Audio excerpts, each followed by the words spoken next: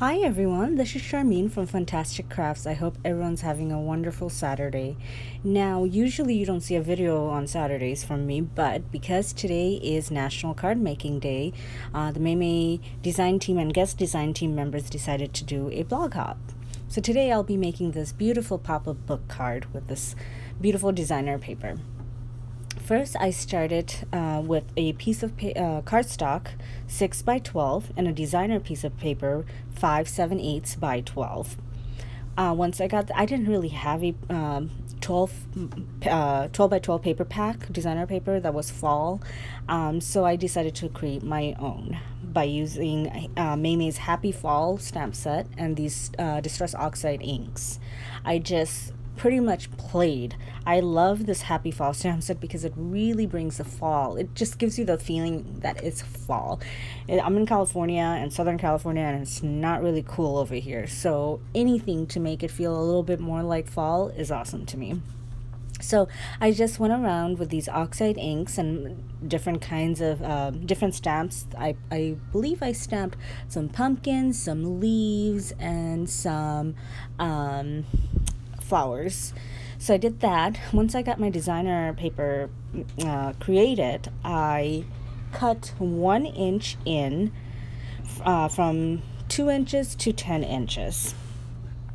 The Tim Holtz ruler makes this really easy because it's see-through, so you can go in 1 inch and then cut from 2 inches to 10 inches. So it's pretty simple to do this part. You can also use your trimmer. I thought this was easier. Then I scored at 4 inches and 8 inches on both sides, both of the cut sides. Then I flipped my paper over and I scored at 2 inches. Then I scored at 6 inches, and then also at 10 inches, as you can see right there. I flipped it over to the right side up and scored at 2 3/4, 6, and 9 1/4. And you can see where exactly I'm scoring. Some I score in between and this cut lines, and some on top. Then I checked to make sure this was going to form a perfect border. Now it is a little larger on each side, so I just used my trimmer to trim off very little bit on both sides to just give me that perfect border all the way around from the top and bottom. And I also trimmed on the bottom a little bit just because I felt like it would give me a better border. After I did that, I just folded on my score lines. Now this is a little difficult to explain, but I'm hoping you can see it from my replay, or if you want to replay it. But it kind of just falls in place. You will just see it, and then once you see it, you're like, oh, okay, this is where this fold goes, and this is where this fold goes. But I hope this video helps with that part. Once you get it all scored, you will have this shape. Now you want to, of course, with any pop-up card, you want to make sure you crease like no other. You have to use your bone folder and crease the pop-up section of your card very well, so when the recipient opens it, it just opens very nicely and very smoothly. And I'm just trying to show you the shape that you create. As long as you have this shape, the pop-up card will be beautiful. Then I take my base cardstock, which was 6 by 12, and I scored it at 6 inches to fold it in half. And as you can see, I am using my art glitter glue to glue on only the sides that I am gluing on. So you want to just let's see, it's kind of like a half square shape that you have over there. Those are the parts you're going to be gluing, and then you are going to attach this onto your base, cardstock base.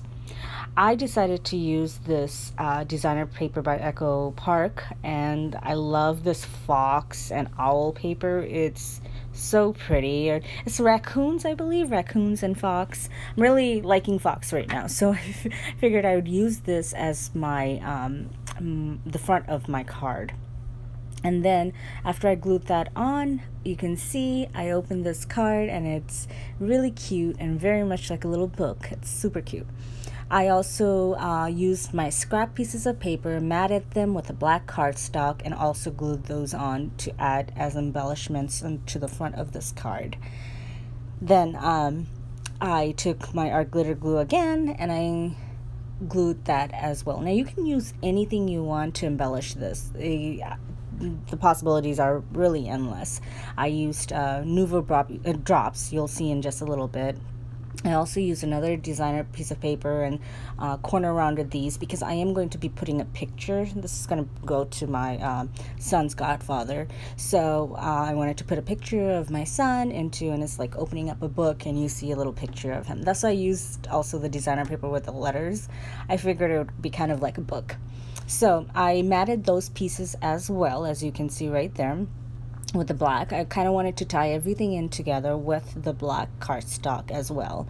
So I did that, and then for the binding of the book, I used thin scrap papers. I mean, this is stuff I had laying around. So I used those thin pieces of scrap paper, and I put it on each side, each corner, to make it look like a binding piece. Then I cut out this is actually from the paper pack at the cover of the paper pack that I used.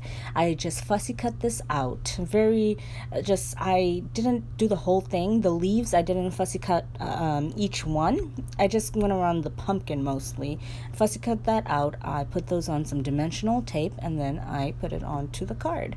I did go around and put some black dots with my Uniball gel pen, and then I also created an envelope for this. For the envelope, it's super simple. You start with a piece of cardstock, 10 by 10. Then I have this Martha Stewart scoring board. This is what it is. This makes it so simple. If you have the scoreboard, it's super simple. You score at every single side at 3 3/4. So as you can see, I'm doing the scoring on each side, all 4 sides. You can see the score marks, it makes a square. And then where those score lines intersect, you have a little triangle on 4 sides. So I just went ahead and I cut out all 4 sides of that triangle. Then I folded on the score lines on each side, and there you go. You have your little envelope. Now I use double-sided sticky tape to put this together, but you can use art glitter glue or any kind of glue you have.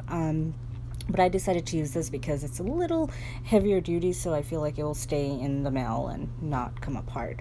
I decided to go ahead and decorate this very simply by just stamping the same stamps that I used to decorate my card with, just to kind of give it a little bit more of a similarity to the card. And then I used the Uniball gel pen again and went around and kind of made little stitch marks, and that pretty much finished it. I did use some washi tape to decorate this. You could use it or not. And I also usually use the washi tape to close my envelopes because I feel like it's like easy way to decorate your envelopes very easily and very affordably. So once I did that, I cut the extra washi tape off. And as you can see, I put it on the bottom, and I also put it in the front of my card, or actually my envelope. Once I did that, I pretty much had my envelope ready to be sent. And there you have it. That's your 6x6 pop-up book card along with a beautiful envelope. Now I did go ahead and put a picture on one page of that book and sent it to my son's godfather. I hope he'll enjoy it, and I hope you guys enjoyed this tutorial. I hope to see you guys again on Wednesday, and if you like this video, please make sure you thumbs this video up, and please, if you haven't already, subscribe to my channel, and I hope everyone has a wonderful day.